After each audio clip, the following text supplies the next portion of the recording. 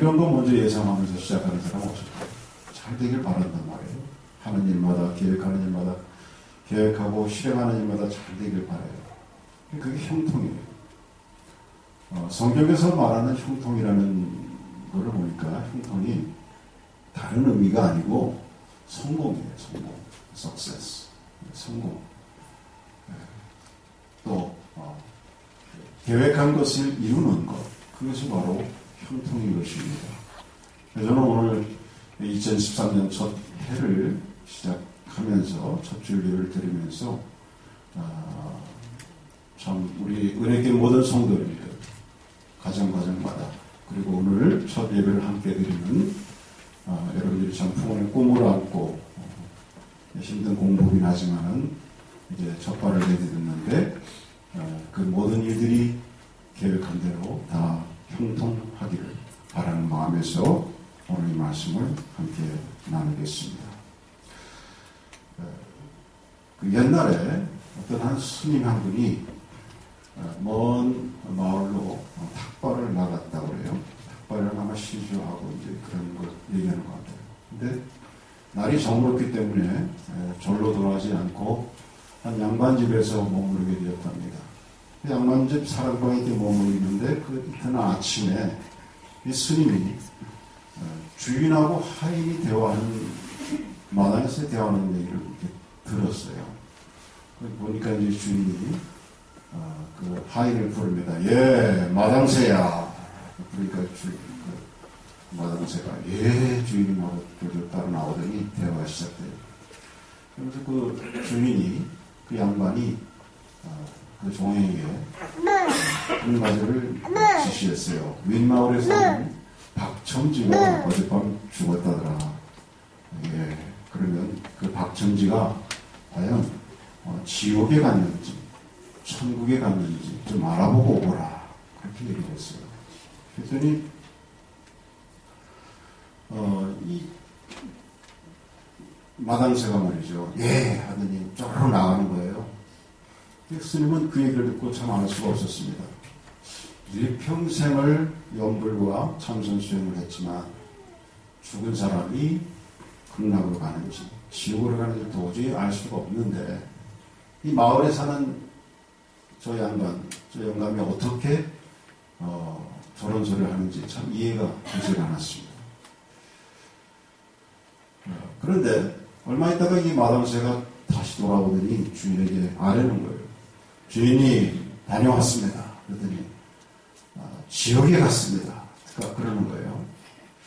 그러냐? 그 얘기를 듣고서 스님은 점점 더 기가 막히기 시작했습니다. 아니 저 마당새가 죽은 사람이 지옥 가는 것을 볼 수 있는 신통력이라도 있는 것일까?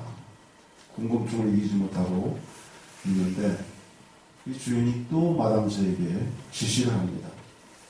마당새야, 이번에는 저 아랫마을에 김진사가 또 죽었다는데 그 사람은 어떻게 되는지 한 번 더 알아보고 오너라. 그랬어요. 그랬더니 마당새가 또 예, 그랬더니 또 나가는 거예요. 이 말을 이제 들으면서 궁금증은 있으니 더해갔죠. 근데 아니 마당새가 또 한참 더 돌아오더니 주인님 다녀왔습니다. 김진사는 극락에 갔습니다. 그러는 거예요. 그래서 더 이상 궁금증을 참지 못하고 옹기를 수 없었던 이 스님이 이제 주인을 찾아가려고 막 일어났는데 주인이 이제 마당새가 밥상을 차려오고 가동시에 들어와서 앉아요. 그래서 이 스님이 물었어요. 아니 조사님 어떻게 죽은 사람이 지옥에 갔는지 극락에 갔는지 도대체 어떻게 아십니까? 그랬어요. 그 주인이 미소를 지면서 뭐라고 말했는지 아세요? 주인이 말하기를 죽은 사람 동네에 가면 금방 알 수 있습니다. 모든 사람들이 그 사람 나쁜 사람이야. 나쁜 이말 이상고 남을 못 살게 굴고 그랬기 때문에 그 지옥 갔을 거야. 그런 얘기가 들려오면 그 사람 분명히 지옥 갔을 거야. 그리고 어떤 데 갔더니 그 사람은 참 우리한테 꼭 필요한 사람인데 아까워. 왜 그 사람이 갔을까? 참 아까운 사람 갔어. 그렇게 얘기를 들으면 그 사람은 극락에 갔을 거예요. 그렇게 얘기를 합니다. 듣고 보니까 그럴듯해서 고개를 끄덕였다는 얘기가 있어요. 여러분, 이 얘기가 우리에게 보여주는 게 뭐죠? 종교적인 얘기예요. 그죠? 종교적인 얘기. 그러니까 이 세상의 종교는 그 사람이 착한 일을 했느냐, 그 사람이 나쁜 일을 했느냐, 거기에 따라서, 그 사람의 행실에 따라서 그 사람이 천국 갔을 것이다. 그 사람이 지옥 갔을 것이다. 그렇게 얘기를 한단 말이에요. 또 많은 세상의 사람들이 생각하기를 어떤 종교, 릴리전이라고 하죠. 이 종교를 통해서 어떤 우리의 도덕적으로 우리가 더 착하게 살아가고 선하게 살아가고 인류에 공헌하고 그렇게 되면은 우리가 막연히 떠올리는 어떤 또 그런 세상이 저 세상에 있다면 분명히 그곳에 좋은 곳에 갈 거다 이런 생각을 우리가 갖고 있는 거예요. 다 무엇이 작용하는 거죠? 행동. 도리 무엇을 했느냐 그거예요. 행위에 초점이 맞춰져 있어요. 그런데 여러분 기독교는 그렇게 얘기하지 않습니다. 기독교는 행위에 초점이 맞춰져 있지 않고 기독교는 무엇에 초점이 맞춰져 있느냐 관계에 초점이 맞춰져 있어요. relation 관계. 하나님과 인간의 관계입니다. 그러니까 가장 급선무가 우리가 하나님과 어떤 관계에 있느냐 하는 거예요. 내가 하나님과 어떤 관계에 있느냐 하는 거예요. 내가 하나님과 지금 자녀의 관계에 있느냐 아니면 원수의 관계에 있느냐 아니면 아무것도 아닌 관계에 있느냐 하는 거예요.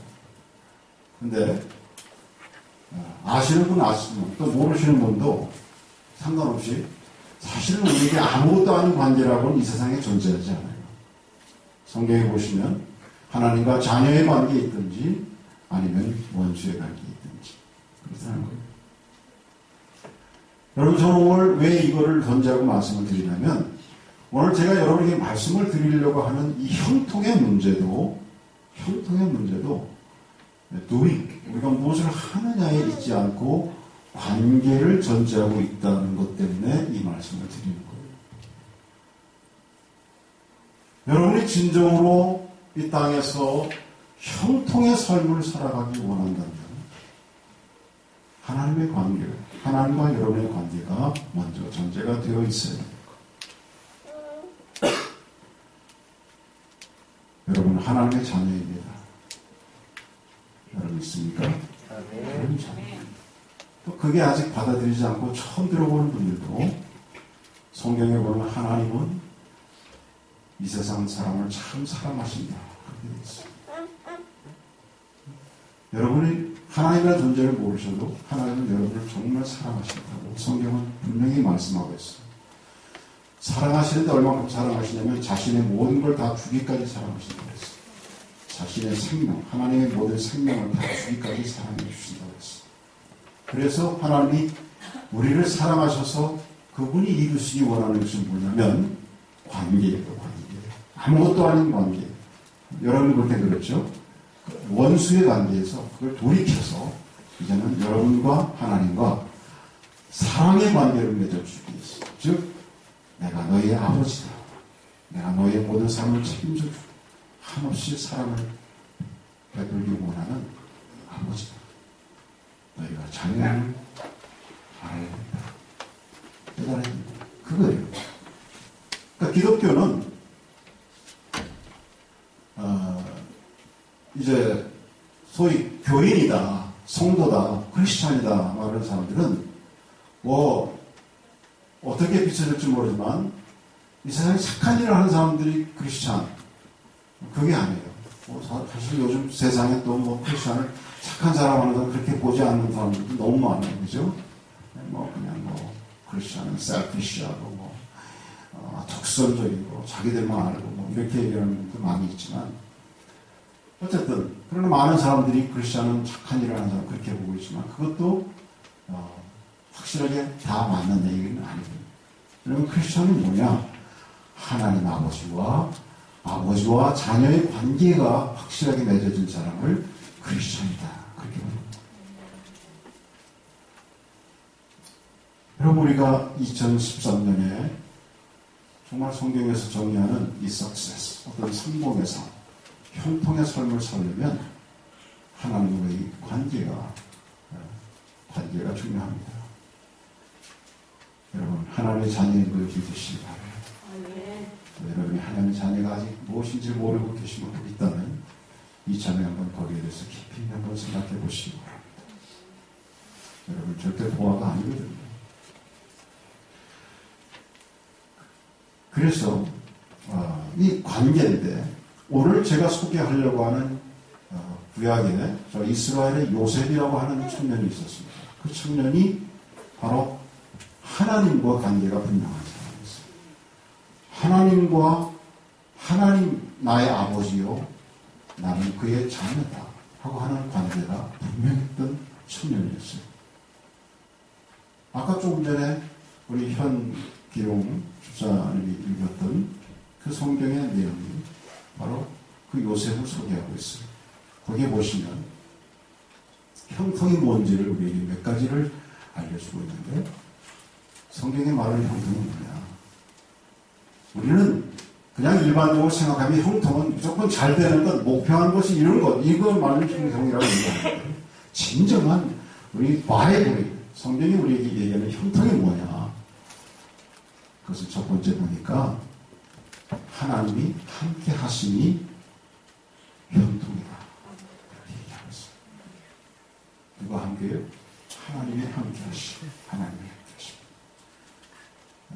아까 읽었었던 말씀에 39장 2절을 보시면 성경은 요셉을 향해서 여호와께서 요셉과 함께 하심으로 그가 형통한 자가 되었다. 그렇게 소개하고 있어요. 여호와께서 요셉이라는 청년과 함께 하심으로 그가 형통한 자가 되었다. 그러니까 하나님이 함께 하시면은 형통한 자가 된다는 거예요. 이 관계죠, 관계. 그죠? 내가 얼마큼 무엇을 잘했느냐, 그거에 따른 그 형통이 판결은 나는 게 아니라, 우리를, 인간을 창조하신 그 하나님께서 나와 얼마나 함께 하시느냐, 거기에 따라서 형통이 판결을 난다는 거예요. 인생의 밑바닥에 있다 할지라도, 하나님께서 나와 함께 하시면 그 사람은 형통한 사람이 됩니다. 왜 그렇습니까? 세상적인 부의 개념과 성경의 개념은 취했다고도 사라질 수 있고 무너질 수가 있습니다. 그렇죠? 세상에서 말하는 어떤 부라고 하는 것, 권력이라고 하는 것, 명예라고 하는 것, 하루만에, 하루아침에 그냥 바뀌어지는 수가 너무 많잖아요. 여러분들이 직접적으로 아직 젊어서 경험하지 못한 그런 케이스가 있다 하더라도 너무 많이 그런 거 듣지 않습니까? 그렇죠? 그런데 하나님께서 함께 하시는 사람은 밑바닥 속에서도 하나님 때문에 평안과 감사를 누리고 살아갈 수가 있고, 하나님께서 함께 계시다는 그 증표가 사람으로 하여금 그 길이 하나님께서 헤쳐나가게 하실 목적의 여정이라고 하는 것을 알 수 있게 하시기 때문에 우리가 현재 어떤 상황이 있다고 하는 것이 그렇게 중요하죠. 네. 나를 책임져 주시는 하나님이 나와 함께 하고 있다고 하는 것 때문에. 네. 여러분이 어릴 때 한번 생각해 보세요. 간단한 예를 들어봅시다. 여러분, 어린 꼬마들은요, 무엇이 가장 그 아이들이 행복하고 성공적일까요? 그 당시에는 부모와 함께 있는 거예요. 그렇죠? 부모 손을 꼭 붙잡고 있으면은 그 아이는 가장 성공적인 거예요. 형통한 거예요. 왜? 누굴 통해서 맛있는 과자 사 먹어요? 자기가 붙잡고 있는 그 엄마 아빠를 통해서 자기가 먹고 싶은 거 있으면, 먹고 싶은 과자 있으면 애스크하면 되는 거예요. 요구하면 되는 거예요. 자기가 어떻게 혼자 해보겠다고 막 과자 사 먹겠다고 해봐야 하루 종일 과자 못 사 먹어요. 그렇죠? 어디 가고 싶은 데 있으면은 엄마 손 꼭 붙잡고 엄마한테 얘기해서 가면 되는 거예요. 근데 자기가 어디 찾아가겠다고 혼자 막 그러던 길 잃어버려요. 그러니까 그 아이는 부모와 함께 있을 때 형통이 있는 거예요. 마찬가지로 여러분, 우리 사람은요, 인간은 우리를 창조하신 하나님과 함께 할 때에 여러분에게 형통이 있어요. 그것이 바로 오늘 성경에서 우리에게 말씀해드려요. 요셉이라고 하는 청년이 왜 그가 형통한 자가 됐느냐? 누구와 함께 함으로 인해서 하나님이 함께 하신다는 거죠. 자, 두 번째, 형통이 뭐냐? 하나님이 원하시는 과정 속에 있는 사람이 형통이에요. 무슨 과정 속에? 하나님이 원하시는 과정 속에 있는 사람. 비록 험난하고 힘든 과정 속에 있다 할지라도 하나님이 원하시는 과정 속에 있는 사람이 형통인 것입니다. 하나님이 원하시는 과정. 성경은 우리 인간을 뭐라고 표현하냐면 사도 바울이라는 분이 그런 표현을 했어요. 우리 인간은 나그네와 같은 인생이다. 그렇게 얘기도 했고요. 나그네라는 거예요. 여기가 우리 영어는 집 같지만 인간은 다 가잖아요. 그죠? 그래서 나그네다. 또 하나는 인간을 경주자와 같다 그랬어요. 경주자가 뭐였죠? 트랙을 있으면 그 트랙을 갖다가 경주하는 경주자와 같다. 그래서 막 우리의 꼬린 지점이 있어요. 거기를 해서 달려가는 그런 경주자와 같다. 그렇게 표현했어요. 근데 여러분 생각해 보세요. 아까 뭐라 그랬어요? 우리가 하나님 원하시는 과정 속에 있는 사람이 형통이라 그랬는데 경주자는 어디에 있어야 되죠? 트랙에 있어야 돼요. 트랙에 있어요. 트랙에 무슨 장애물이 있고 뭐가 있고 그래도 어쨌든 트랙에 있어야 돼요. 그 트랙에 스테이해야 돼요. 거기 머물러야 돼요. 그런데 경주자가 트랙을 벗어나서 자기 마음대로 막 반중석도 갔다가 다 난리도 부르치면 아무리 많이 돌아다녀도 그것은 아닌 거죠. 그런 의미에서 여러분들이 이 땅에 우리가 인생을 살아가는 동안 하나님께서 우리를 이 땅에 보내셨거든요. 태어나게 하셨거든요. 그러면 우리를 이 땅에 살아가는 동안에 이 경주자와 같이 우리에게 우리가 가야 될 트랙을 만들어 주셨다는 거예요. 그 트랙을 만들어 주셨다면 그 트랙을 우리가 가는 거기에 머물러서 그 과정 속에 가는 사람이 형통한 사람이십니다. 그 트랙을 벗어나서 어떤 자기가 나름대로 생각하는 추구하는 행복들 그런 것들 아무리 해봐야 그 사람이 형통한 사람이 아니라고 합니다. 아까 읽었었던 성경의 말씀에 보면 39절 3절에 그런 말씀이 있어요. 그 주인이 여기서 주인은 요셉이라고 하는 청년을 종으로 삼았던 그 당시에 애굽의 장군입니다. 보디바라고 하는 장군이 있는데 그 주인이 여호와께서 그와 함께 하심을 보며 그랬어요. 여호와께서 하나님 말하죠. 하나님이 누구와 함께 하세요? 요셉이라는 청년과 함께 하심을 보며 또 여호와께서 그의 범사에 그러니까 요셉의 범사에 형통케 하심을 보았더라. 그렇게 기록하고 있어요. 그러니까 무슨 얘기냐면 성경에 보면요. 요셉이라는 청년은 자기 나라에서 못 살았어요. 이 청년이 형들의 미움을 받아서 아버지가 그 동생만 막 사랑하니까 형들이 미워했어요. 그래서 그 형들이 단합을 해가지고 자기 동생을 갖다가 다른 나라에 팔아버렸어요. 그게 성경의 스토리 나와요. 그래서 이 요셉이라고 하는 청년은 젊었을 땐 기구한 운명을 살았어요. 팔려가가지고 상인에게 팔려가서 알도 못하는 그 어린 나이에 애굽이라고 하는 나라에 가서 거기서 종사를 했단 말이에요. 그 종사를 한 데가 어디냐? 바로 보디발이라고 하는 장군의 집에서 종사를 했어요. 그러니까 얼마나 힘들어요. 이거 생각해보세요. 여러분들보다 더 어린 나이에 그렇게 됐으니까. 여러분이 한번 생각해보세요. 여러분이 저도 보지 못하는 곳에 가서 말이에요. 겨우겨우 밥도 굶어가면서 종사를 하겠다 생각해보세요. 그 당시에 종이라고 하는 것은 요즘에 하고 상상도 못하는 거 아니에요? 그냥 목숨도 파리 목숨 같은 주인에 의해서 말이죠. 그런 신분이었는데 여기 성경이 우리가 말하는 것은 그런 신분이 있는 그 요셉이 장군이 볼 때에 주인이 볼 때에 형통한 자로 인정을 했다는 거예요. 무엇 때문에? 몸종이지만 이 보디베라고 하는 장군이 볼 때는 그 요셉이라고 하는 청년이 몸종이지만 장군의 눈으로 볼 때는 주인의 눈으로 볼 때는 자유인이더라 이거예요. 그 자유한자더라. 와, 그래서 그렇게 얘기한 거예요.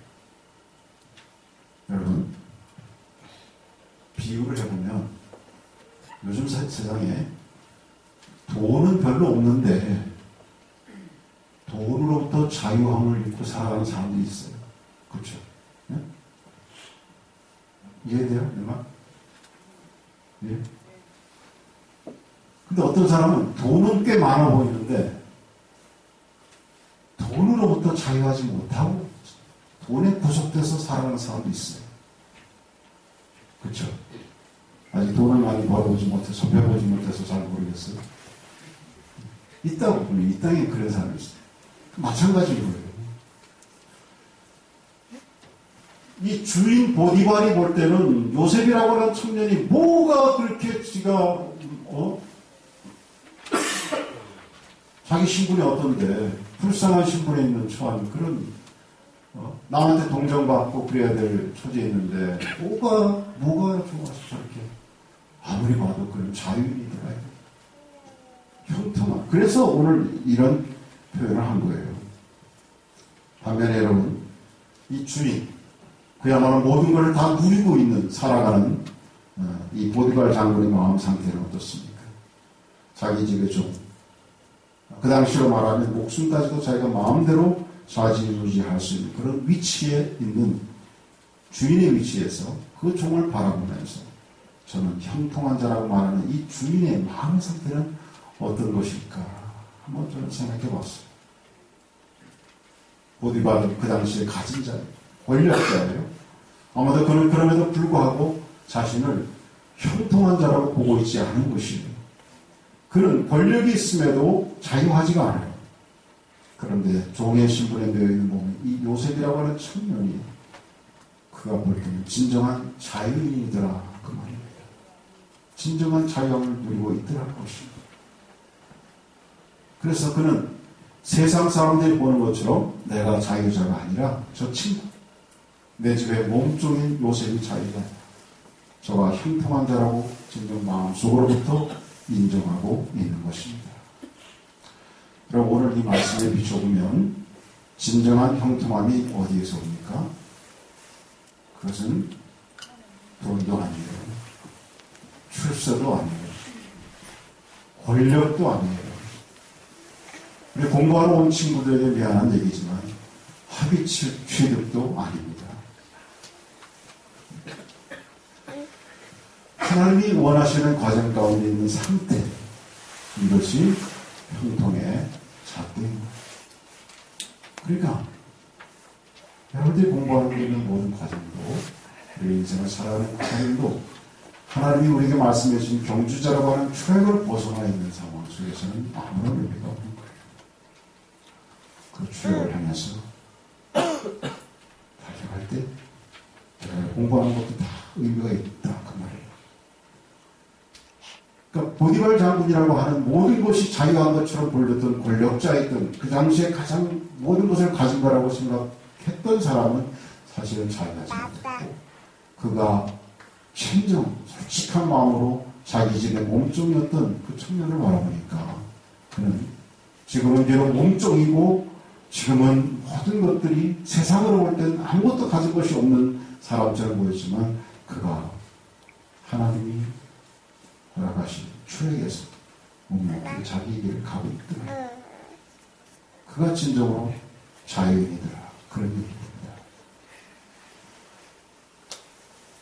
여러분, 금년 한 해 우리 새로 오신 청년들과 우리 교회 성도님들, 하나님께서 우리에게 말해주신 그 과정, 그 그 추락 속에서 우리가 가야 할 길을 최선을 다해 가시기를 주님으로 축원합니다. 네? 그러면 여러분, 그것이 우리의 형통함입니다. 우리에게 주어진 어떤 것들이 우리를 블락하는, 우리를 방해하는 어떤 것들이 있다 할지라도 내가 가야 할 길을 가는 사람들, 이 사람이 바로 하나님의 진정을 인정하는 형통한 길을 가는 사람들입니다. 마지막으로 한 가지 더, 형통은 어디에 있느냐? 고난 가운데 형통이 있었어요. 요셉의 삶을 보면 그는 분명 고난이었습니다. 처음 젊었을 때만을 놓고 본다면 정말 비관 운명을 살았던 사람입니다. 그런데 그 많은 역경 후에 이어진 요셉의 삶은 어떠했습니까? 정말 이 세상에 살아온 수많은 사람들 중에서 제가 지금 여러분께 소개하는 이 요셉이라고 하는 청년만큼 반전을 이루고 빛나는 인생 역전을 이룬 인물이 있을까요? 없어요. 정말 너무나도 멋진 인생의 역전을 이끌어냈습니다. 그를 먼 미국 땅으로 팔아버린 그의 형들에게 그는 정말 멋진 복수를 하였습니다. 그 얘기를 하면 더 길어지니까. 그는 그 형제들을 오히려 더 뜨겁게 사랑함으로 인해서 정말 기독교적인 복수를 했어요. 여러분은 무엇이 그 요셉을 그렇게 만들었다고 생각하세요? 하나님께서 그의 인생을 인도하셨습니다. 라고 말하면 그것으로 다이죠. 그러나 우리가 좀 더 상세하게 그 삶을 들여다본다면 그가 어려서 젊어서 겪었던 그 힘들었던 고난이 요셉으로 하여금 멋진 인생 역전을 이룩할 수 있게 만들었습니다. 그럼 왜 그렇습니까? 이 고난으로만 만들어지는 것이 있기 때문에 그래요. 여러분들이 살아가면서 힘든 일이 있잖아요. 어려운 역경이 있잖아요. 어떤 장애물이 있잖아요. 그렇다면 그것 때문에 좌절할 필요 없어요. 왜냐하면 하나님께서 우리 인간에게 이 땅에 살아가시면서 우리에게 주신 특별한 선물 중에 하나가 스페셜 기프트가 하나가 one of the special gift. 그것이 뭐냐? 고난이에요. 고난. 네? 좀 역설인가요? 왜 그런지 아세요?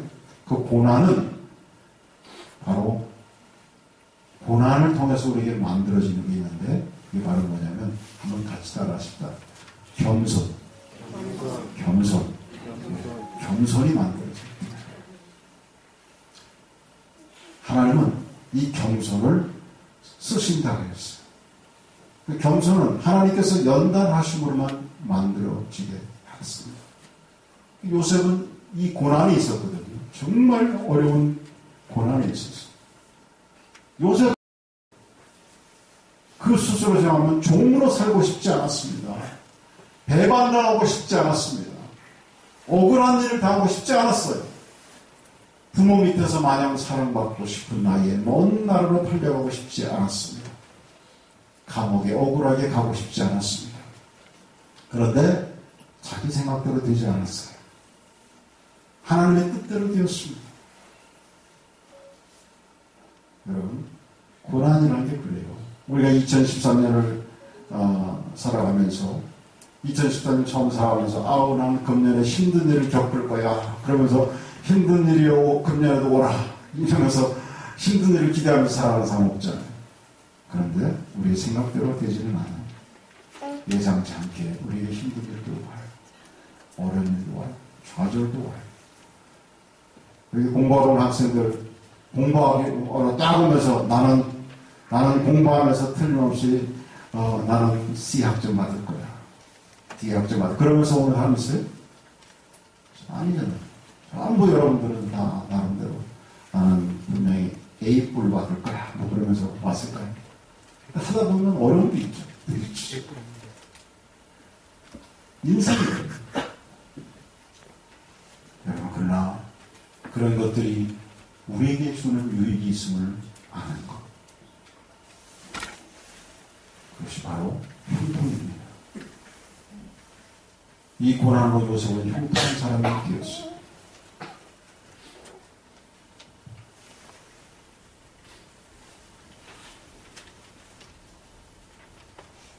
오늘 말씀했습니다. 여러분, 이런 형통의 축복이 저와 여러분에게 금년에 있기를 간절히 바랍니다. 궁극적으로 이 형통이 어디에서 오냐? 오늘 말씀 보면 여러분, 형통이라고 하는 것은 하나님께로부터 오는 거예요. 그래서 하나님께서 요셉을 형통케 하셨다는 거예요.